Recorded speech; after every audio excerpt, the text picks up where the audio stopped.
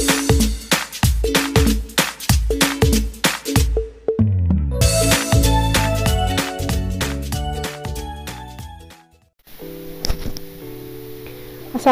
warahmatullahi wabarakatuh. Halo semuanya, kembali lagi di kelas Bu Gina. Pada video kali ini kita akan membahas aspek manajemen dan organisasi dalam studi kelayakan bisnis. Namun sebelum itu teman-teman harus mengetahui dulu manajemen itu apa sih. Jadi manajemen sendiri itu merupakan seni melaksanakan dan mengatur. Nah, untuk definisi dari manajemen itu adalah sebuah proses perencanaan, pengkoordinasian, pengontrolan sumber daya dalam mencapai tujuan dengan efektif dan efisien. Kemudian untuk tujuan aspek manajemen sendiri adalah untuk mengetahui apakah proyek bisnis tersebut dapat direncanakan, kemudian dilaksanakan dan dikendalikan sehingga proyek bisnis tersebut dikatakan layak atau sebaliknya. Nah, di dalam manajemen sendiri itu ada fungsi-fungsi manajemen yang mungkin teman-teman sudah mengenalnya. Biasanya disingkat POAC, P-nya planning atau perencanaan, O-nya organizing atau pengorganisasian, A-nya adalah actuating atau pelaksanaan, dan C-nya adalah controlling atau pengawasan. Nah, kita akan bahas satu persatu POAC itu bagaimana. Yang pertama itu adalah planning.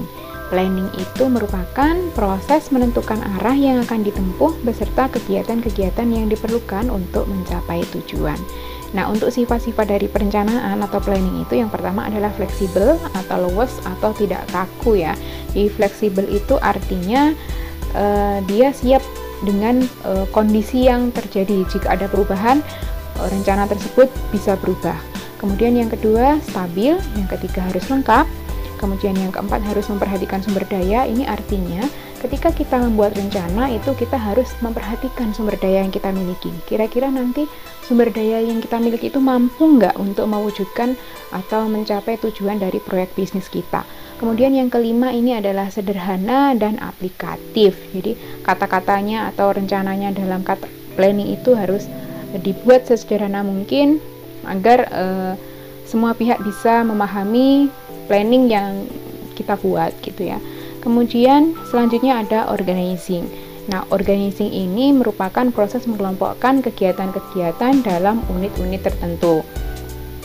Nah, langkah-langkah dalam organizing atau pengorganisasian ini ada 5. Yang pertama adalah menyusun struktur organisasinya, kemudian yang kedua menentukan bentuk organisasinya, yang ketiga adalah merumuskan pembagian kerja, kemudian yang keempat merumuskan sistem koordinasi, yang kelima, yang terakhir itu adalah merumuskan pelimpahan wewenang. Nah, untuk materi organisasi, pengorganisasian ini akan saya bahas pada video selanjutnya ya. Kemudian yang ketiga, actuating atau pelaksanaan. Jadi actuating ini merupakan proses menjalankan kegiatan dalam organisasi itu seperti apa. Nah, dalam actuating ini dikendalikan oleh pimpinan. Nah, pimpinan itu mempunyai tipe-tipe yang ini ya, ada 5 tipe pemimpin dalam organisasi. Jadi yang pertama itu demokratis. Jadi pemimpin tersebut memberikan kebebasan pada anggota untuk berpendapat. Kemudian ada paternalistis, pemimpin yang bersifat protektif. Kemudian yang ketiga ada pemimpin yang autokratis, terlalu dominan. Kemudian ada karismatik, itu berwibawa. Dan yang terakhir adalah militeristik. Jadi tipe pemimpin ini kedisiplinannya tinggi dan kaku. Nah, ini untuk actuatingnya. Kemudian yang terakhir itu adalah controlling. Controlling ini adalah merupakan proses mengukur, kemudian menilai, mengevaluasi pelaksanaan kegiatan apakah telah sesuai rencana dan menganalisis apakah ada penyimpangan rencana atau tidak. Nah, jadi kegiatan controlling ini sendiri terdiri atas 3 hal. Yang pertama adalah monitoring, kemudian yang kedua evaluasi, setelah dievaluasi baru diadakan perbaikan. Nah, itu tadi untuk materi aspek manajemen dan organisasi bagian 1. Setelah video ini akan saya